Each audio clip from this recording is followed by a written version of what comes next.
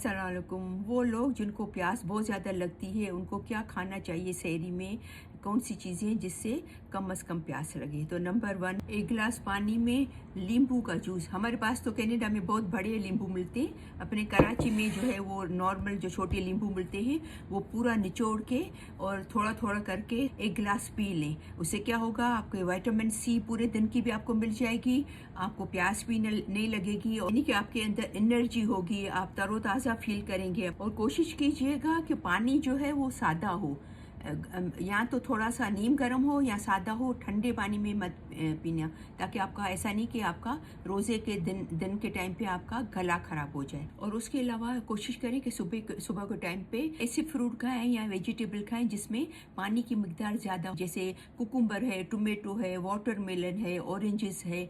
तो क्या है, ये इस्तेमाल करने से आप पूरा दिन तरोताज़ा भी होंगे और आपको प्यास भी नहीं लगेगी।